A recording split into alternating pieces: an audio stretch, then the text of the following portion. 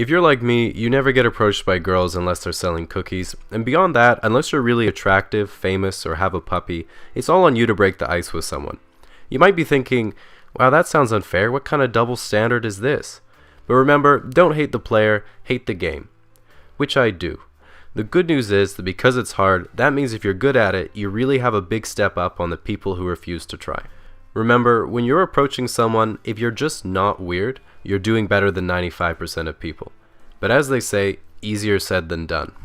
Let's say you see a girl at a bar and you want to go talk to her. You think, maybe I should walk by to see if I hear anything in the conversation that might imply she's single, or maybe I should get my friend to spill a drink on her friend so she'll be alone and I can swoop in.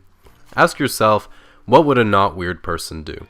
Probably go up to her and say, hey, I thought you were really cute, I wanted to come talk to you, what's your name? You probably won't catch a response the first time because you forgot to breathe and might be having an aneurysm.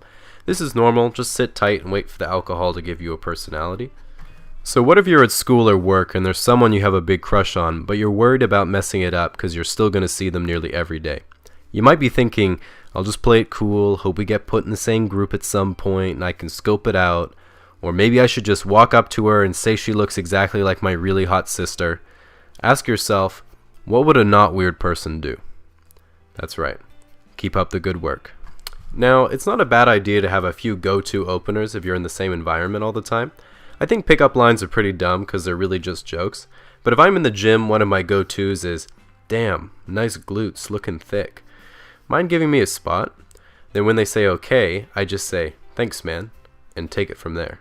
One of the keys of making a good first impression is if the other person thinks you're both similar. So saying something you think the other person will relate to is a great idea. If I'm in the bar on Slam Poetry Night for half-price beer, there's a lot of lingering anxiety and existential dread in the room that can only be expressed through metaphor and loose rhyme.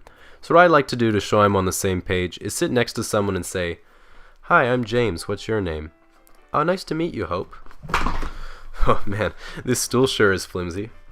All we need now is a rope.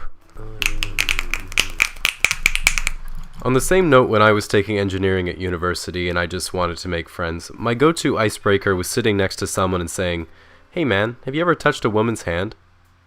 Then they usually laugh nervously and I say, don't worry, me neither, and give them a high five. Then I say I think it would feel like that, but a bit softer.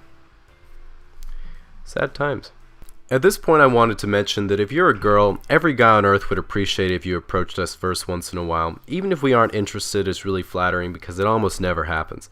In fact, in my entire life I've been asked out by as many gay guys as I have girls, which is 0. So what I'm saying is if I could get on the scoreboard in any way, that would be nice. Now, if you're going to approach someone, you might be thinking, what if I get rejected? That would really hurt my ego and lower my self-esteem. Well, is that really as bad as living with the regret of not doing anything and wondering what could have been?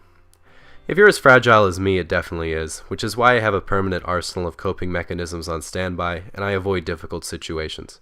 But with that said, you can't expect someone or something to just fall into your lap, so sometimes you have to remember that rejection is just part of life, and you might have to be a little bit courageous.